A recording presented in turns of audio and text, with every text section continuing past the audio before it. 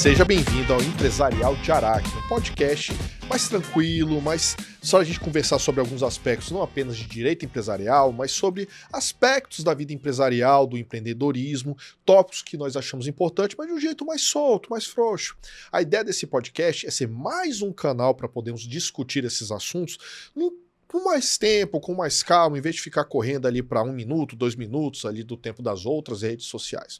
Meu nome é Henrique Araque, eu sou advogado e professor de direito empresarial já sei lá quanto tempo, desde antes de vocês nascerem.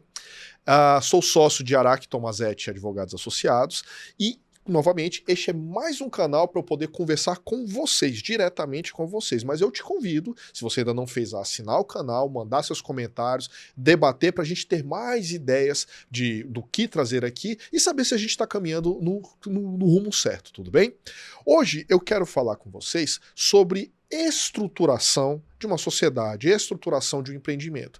Mas não do beabá de como isso é feito. Eu queria conversar com você sobre 3 aspectos, né? É a parte de estrutura, a parte dos principais contratos e riscos envolvendo a decisão de empreender, tudo bem? Vamos lá, as questões mais fundamentais. Eu vou começar falando sobre os tipos societários, os diversos tipos societários que nós temos. Depois eu vou falar, evidentemente, dos quais são os comuns, os mais comuns, como é que isso é dividido. Vou falar de alguns contratos, acordo de sócio, propriedade intelectual, para dar uma conscientizada para vocês. E vou falar, como eu falei, desses riscos, ou seja, a dificuldade de respeitar o princípio da entidade, tratar a empresa como se fosse uma extensão do seu próprio bolso e o que é que isso pode acontecer. Vamos lá? Iniciando, vamos falar sobre os tipos societários, né? Que diabo é? A gente está falando de tipo societário e tudo mais.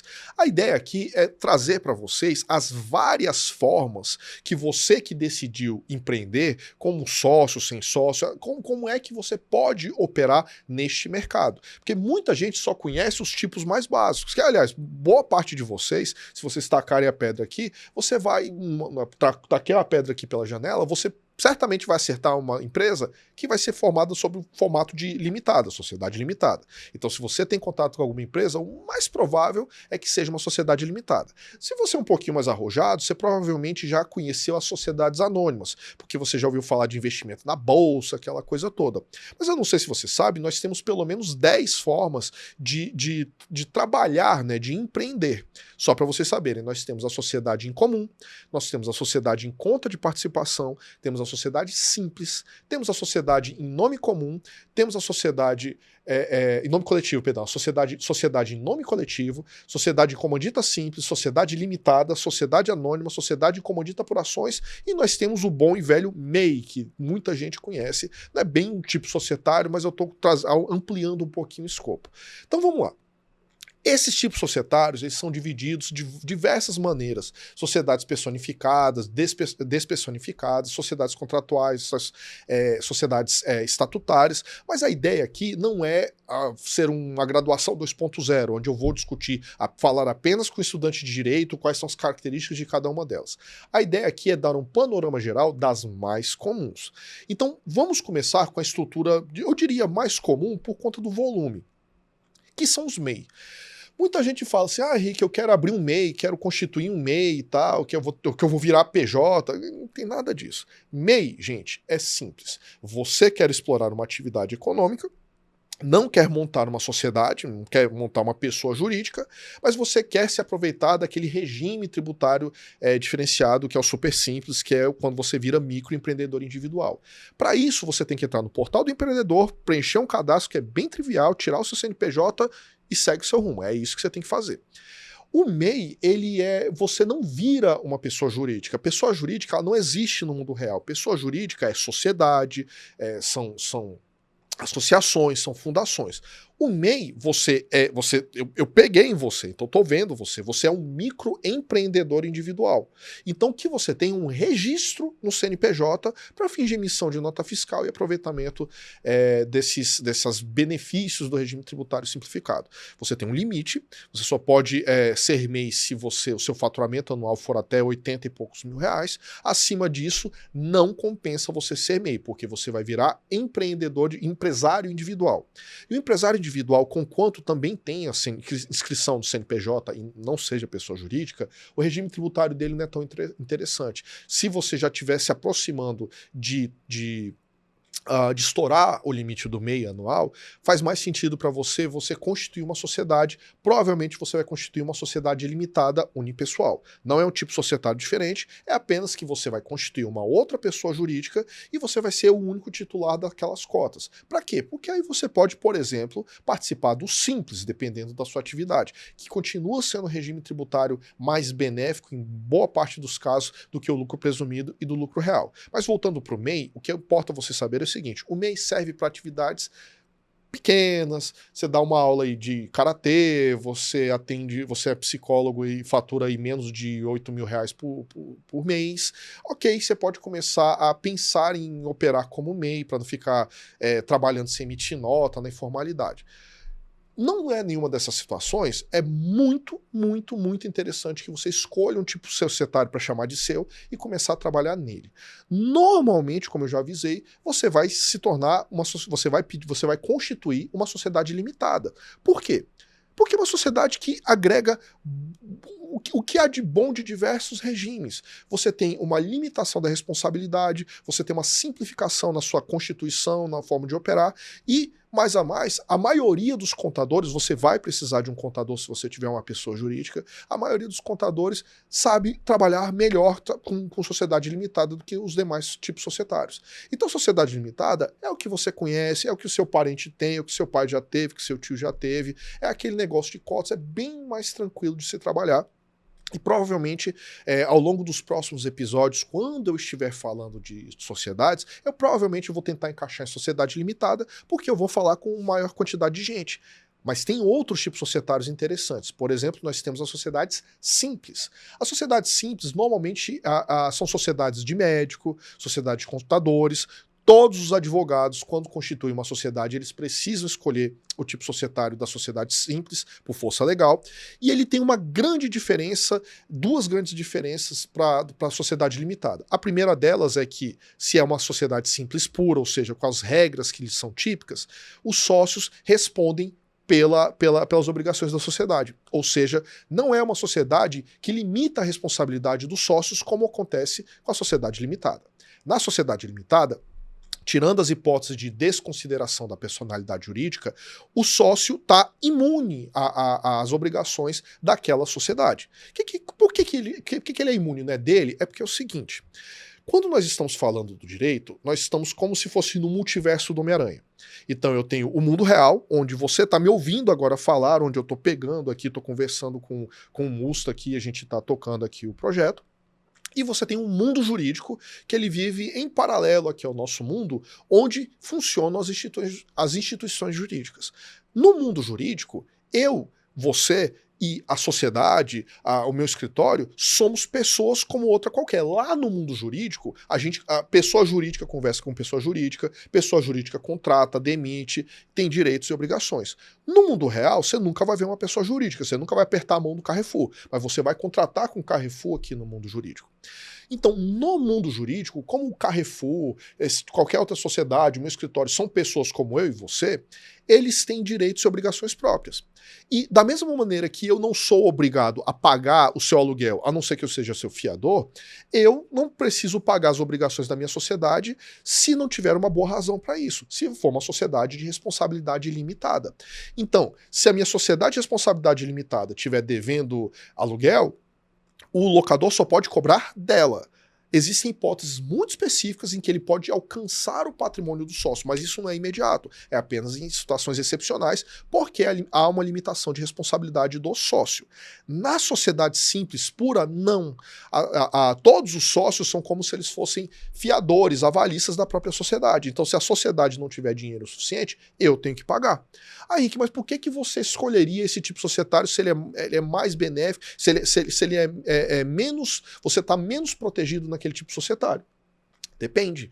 Daí a vantagem de você ter um bom advogado de direito societário, porque apesar dele ter esta consequência, este problema, ele tem outras vantagens. Por exemplo, nesse tipo societário, é uma sociedade que protege sobremaneira o interesse dos sócios. Como é que isso funciona? Numa sociedade limitada ou numa sociedade anônima, por exemplo, quem tem mais dinheiro aportado tem mais direitos. E faz sentido, porque são sociedades feitas para captação de recursos de terceiros. Mas na sociedade simples, não.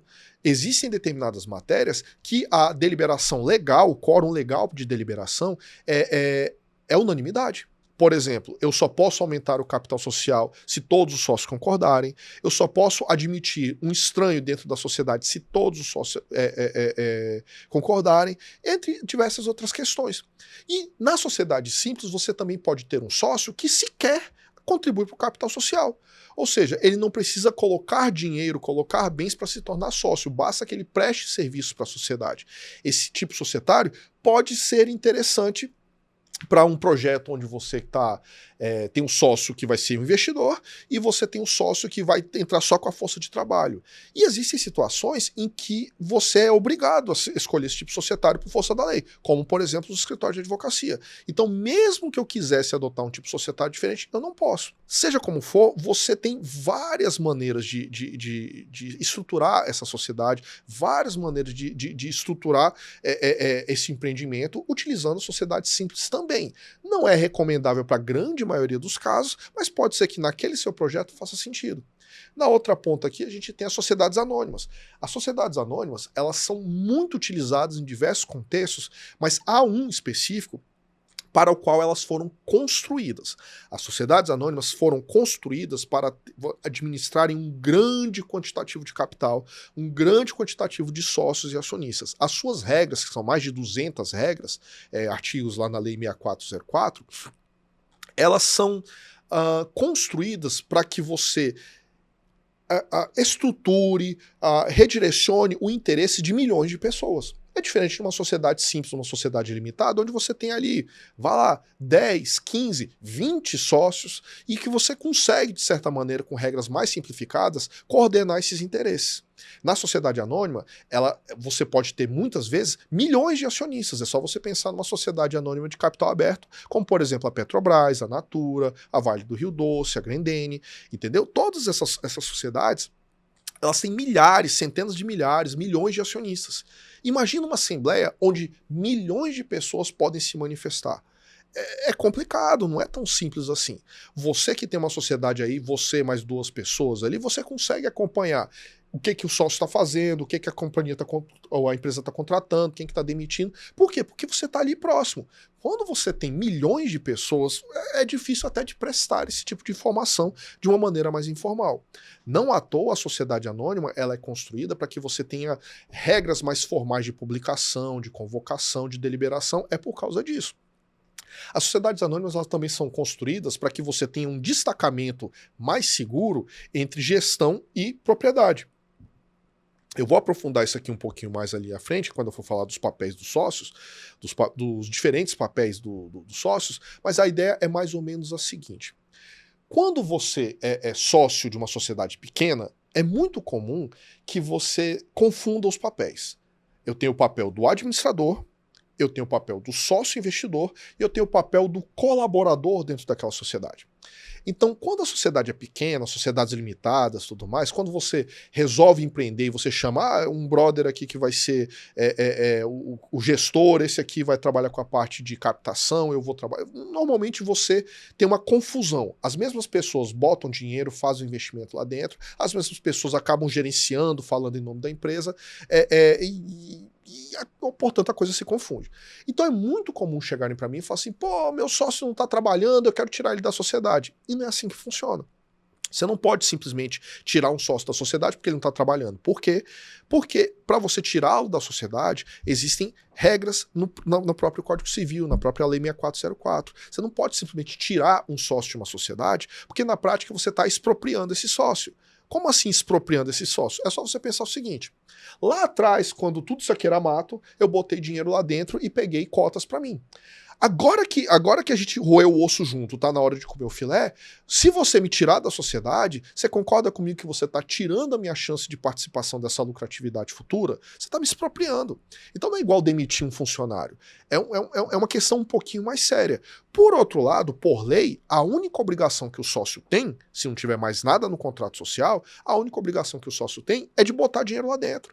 Se ele botou dinheiro lá dentro, ele não tem mais o que fazer. É só você pensar, de novo, estamos falando das sociedades anônimas, na Bolsa de Valores. Quando você compra ação de uma Petrobras, ninguém espera que você vá trabalhar na Petrobras. Você comprou e tá tudo certo. Daqui a 3 meses, daqui a 1 ano, você vai pedir, eles vão prestar contas e você vai decidir se a gestão daquele patrimônio comum, daquele patrimônio social, foi feito de maneira adequada. Se tiver sido feito de maneira adequada, você aprova as contas dos administradores. Se não tiver sido feito da maneira adequada, você rejeita as contas dos administradores, tira eles da condução daquela empresa e talvez até entre com uma ação de indenização. Então, o papel de gestor, o papel de investidor e o papel de colaborador daquela sociedade são papéis diferentes. Em sociedades menores, eles se confundem. Em sociedades maiores, eles ficam muito claros que são diferentes. Porque numa Petrobras, eu posso ter um diretor que não é sócio, que não é acionista.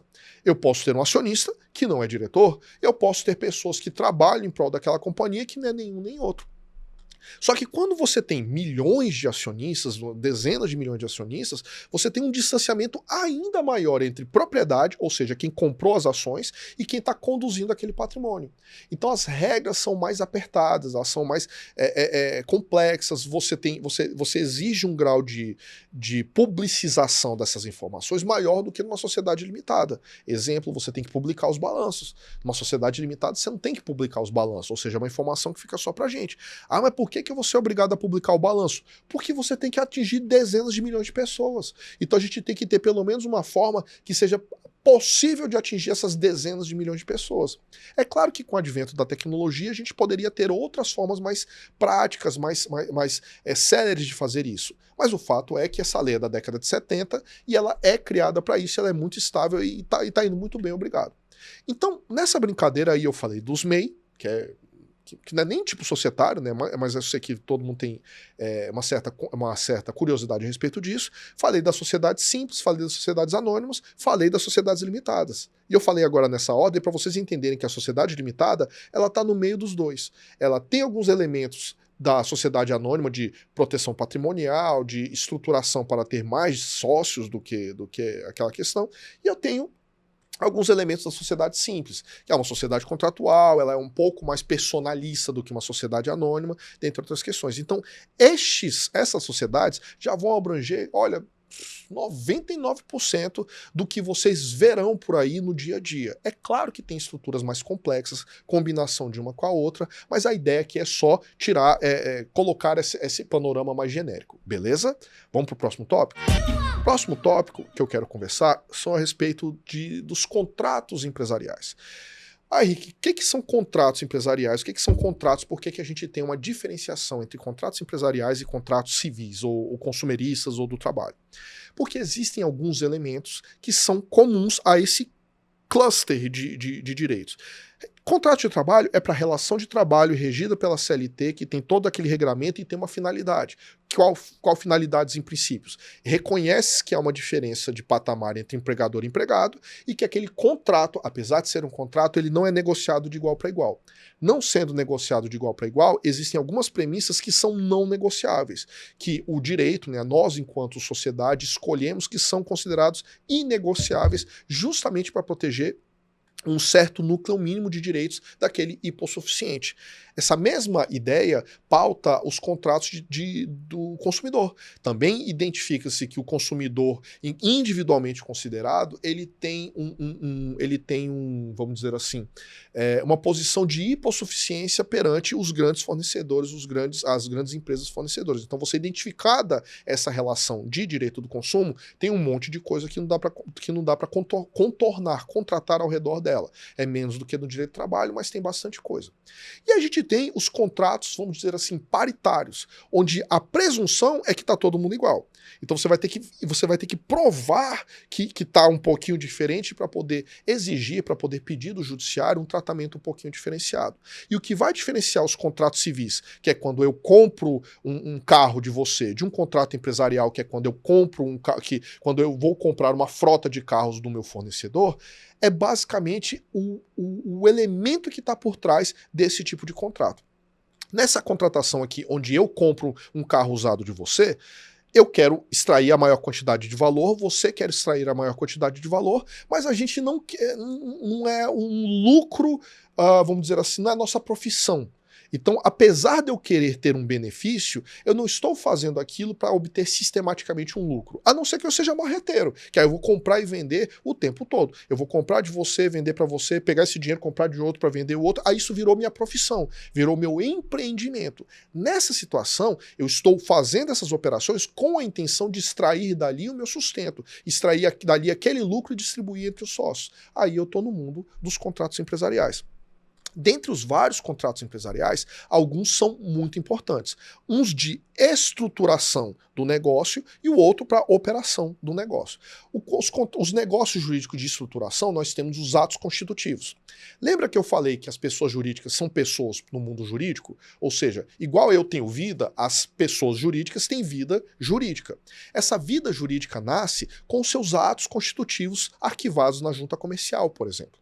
Então, quando eu pego o contrato social, o estatuto social daquela empresa e arquivo na junta comercial, é quando elas nascem para o mundo jurídico e elas passam a operacionalizar. Por serem contratos de estruturação, para dar conhecimento, eles têm algumas características. Eu, Henrique, não sei por que eu vim a este mundo, não sei qual que é a minha missão nessa vida. Nem você.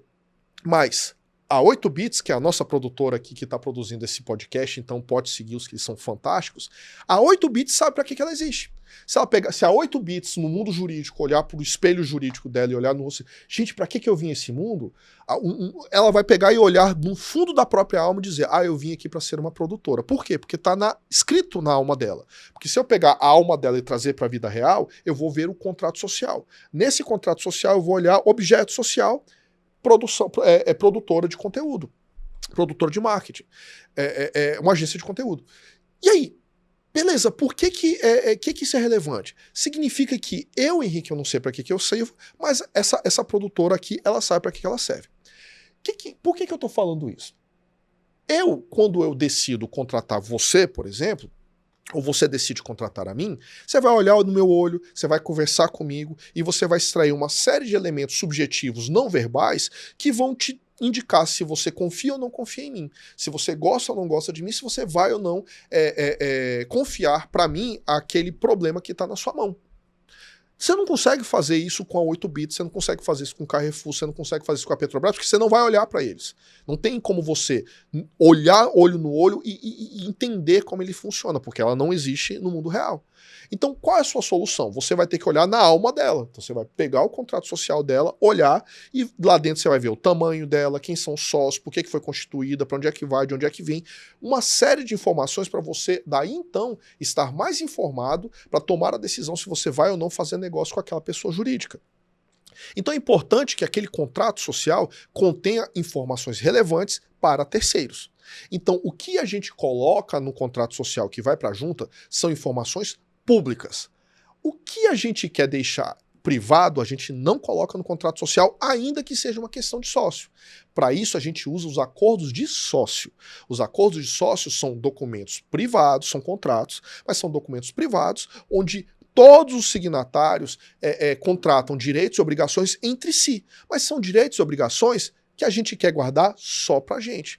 Você pode saber que o João é sócio da sociedade e tem 10% do capital. Mas você não precisa saber que internamente o João decide matérias A, B e C, mesmo sendo minoritário. Isso é um assunto nosso. Você não precisa ficar sabendo disso.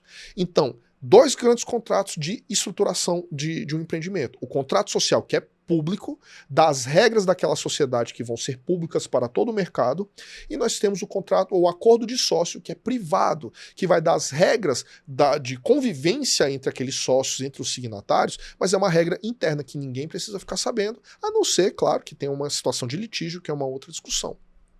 Nós temos também os negócios jurídicos de proteção da propriedade industrial, sabe? Patente, marca, desenho industrial, conhecimento geográfico, topografia de circuitos integrados, software, etc, etc, etc. Tudo isso, toda essa propriedade intelectual, esse conhecimento humano qualificado, nós podemos, e em algum caso devemos, proteger. E a gente protege isso com propriedade intelectual. Propriedade industrial, os institutos de propriedade industrial. Eu não vou adentrar muito nisso daqui, né, porque a gente está fazendo sobrevoo, mas eu recomendo, para quem não conhece, acessar o site do Instituto Nacional da Propriedade Intelectual Industrial, que é o INPI, Instituto Nacional da Propriedade Industrial. Lá dentro, eles têm muitas cartilhas, eles têm muitos manuais, que até mesmo um leigo, lendo, consegue entender para onde é que vai, de onde é que vem, consegue, inclusive, registrar suas coisas. Evidentemente, se é algo que tem um valor agregado muito grande, uma marca muito poderosa, uma invenção muito, eu recomendo muito que você procure um advogado antes de você conseguir falar desse assunto, porque alguns casos, a patente, por exemplo, só de você ficar abrindo o bocão e falando por aí, você vai perder o direito de patentear, porque um dos requisitos é ser novo, legalmente não constituir um conhecimento comum.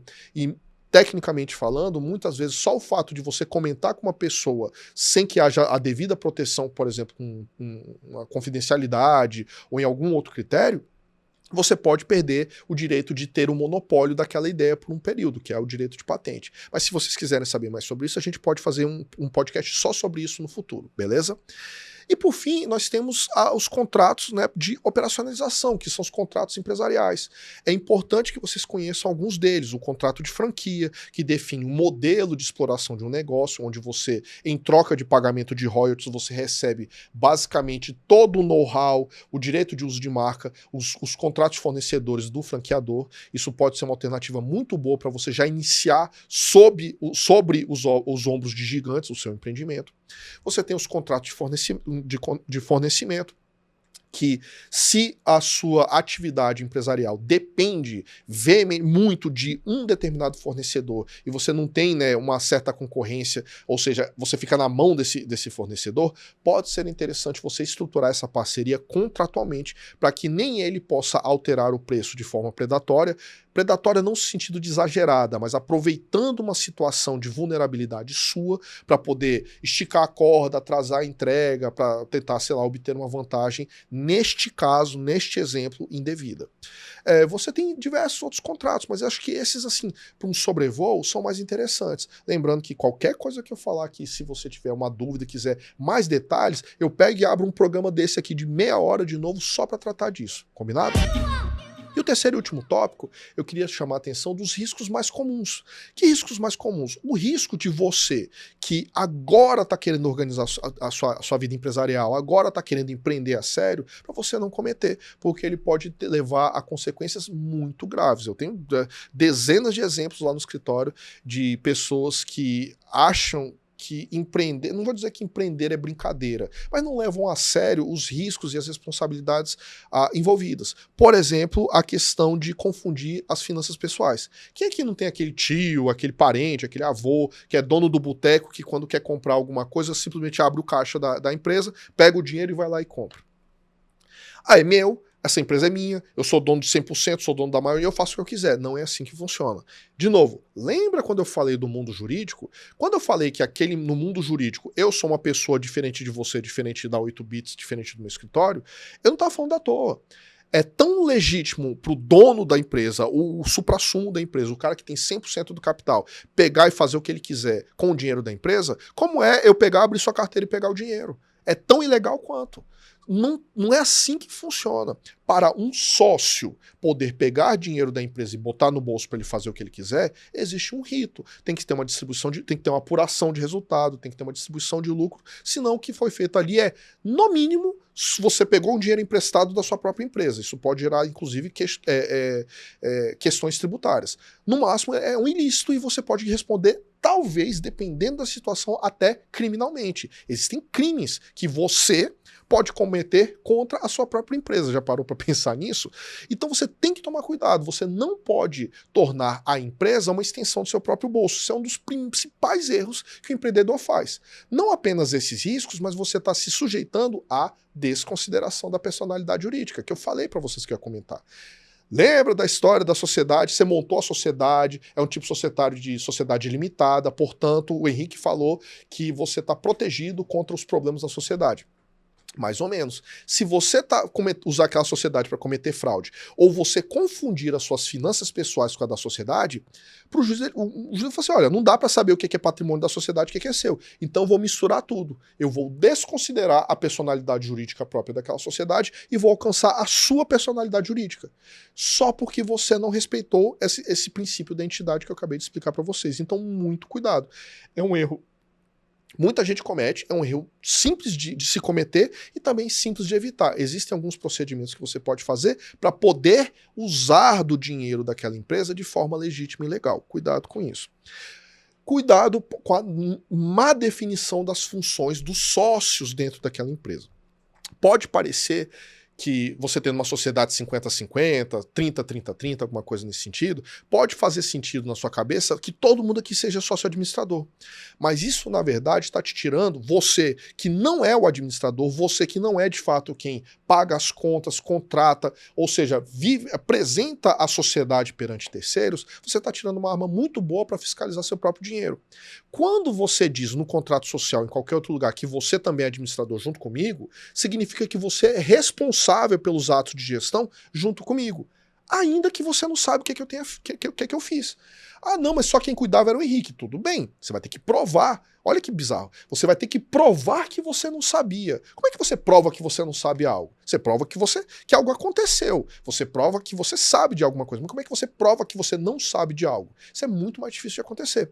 E quando você é sócio-administrador, você é cogestor daquela sociedade para todos os fins. Se o que você quer, o que acontece, ah não, ele vai tocar a burocracia, eu vou ficar com a parte criativa, com a parte comercial, não seja sócio-administrador. Coloca essa questão no contrato social, diga qual é a sua responsabilidade, mas não seja o sócio-administrador. Porque se o sócio-administrador começar a fazer besteira dentro dessa sociedade, você vai poder questioná-lo se você não for administrador. Se você for administrador, infelizmente, você vai ter uma vida muito mais difícil de provar isso no futuro. E, por falar em futuro, o terceiro risco que eu acho que você deve ter em mente na hora de constituir o seu empreendimento, a sua sociedade, é o que vai acontecer no futuro. Ou seja, e se um sócio quiser sair? E se um sócio morrer? O herdeiro vai entrar? A gente vai pagar as cotas dele? Quanto que vale essas cotas? Como é que a gente vai fazer a avaliação dessa empresa para poder liquidar essa empresa se houver a necessidade? Esse tipo de preocupação tem que estar presente quando você estiver estabelecendo as regras, principalmente se você tiver um parceiro. Porque se você tiver um sócio e na hora que der problema você tentar negociar, aí, meu caro, quando já tem dinheiro envolvido, você vai ter muita dificuldade. E também, eu já falei da saída e do ingresso. E se vocês quiserem admitir novos sócios, isso vai ser facilitado ou vai ser dificultado? A gente vai permitir que essas pessoas entrem dentro de todas as regras que a gente já estabeleceu, a gente vai forçar que elas, para entrar, vai ter que aderir a um acordo de sócio. Ou seja, quando eu falo da preocupação do futuro, eu quero que você se preocupe com o futuro, tanto se os sócios saírem da sociedade e você ficar sozinho, né, para pagar a luz, ou se, de repente, vocês quiserem que outras pessoas ingressem nessa sociedade, e aí você vai ter que trabalhar alguns interesses. Pode ser que vocês dois queiram e eu não queira, e aí como é que vai ser? Eu vou ser atropelado? Eu vou conseguir travar essa entrada? Como vai acontecer? Essas e outras questões, elas iniciam, quer saiba você ou não, na escolha do tipo societário. Por exemplo, essa questão da entrada de novo sócio, se for uma sociedade simples, todo mundo tem que concordar. Se for uma sociedade anônima, ninguém tem que concordar. Se for uma sociedade limitada, depende. Aí, olha o grande manancial de coisas para a gente poder discutir apenas para começar a conversa do seu novo empreendimento. Então, recapitulando o que eu falei aqui, a gente discutiu os tipos sociais, fala tipo societário, as várias formas de empreender que o direito permite, MEI, limitada, tal, falei para você de todas elas. Falei para vocês quais são as mais comuns e as características de cada uma delas. Falei para vocês dos contratos, dos negócios jurídicos que englobam essas questões, que englobam a vida empresarial, tanto na ponta da estrutura quanto na ponta da operacionalização. E falei também dos riscos envolvidos com o ato de empreender, que é muito importante você ter sempre em vista. Então, com isso, eu acredito que você consegue ter um panorama geral de se será mesmo que eu quero ir para esse mercado, será mesmo que eu quero empreender, ou se uma boa e velha carteira de trabalho é o que eu quero, é o que eu preciso. E eu tô falando dessa maneira de uma forma mais engraçadinha, mas é verdade. Nem todo mundo nasceu para empreender. É muito difícil, é muito duro, dói, tem risco, tem altos e baixos. Não é para qualquer um. Tem muita gente que não está preparado, não quer isso, ou apesar de querer ainda não está preparado. Então é melhor você saber onde você se encaixa. Meu nome é Henrique Araque, esse foi o Empresarial de Araque. Se você não assinou até agora, assine este canal, nós estamos no Spotify, estamos no Apple Music, estamos também no YouTube, e eu quero agradecer também a nosso colega 8bits, que está produzindo essa maravilha aqui de podcast, agora de uma forma muito mais profissional, para a gente levar esse conteúdo de qualidade para vocês, tudo bem? Um abraço, tchau, tchau.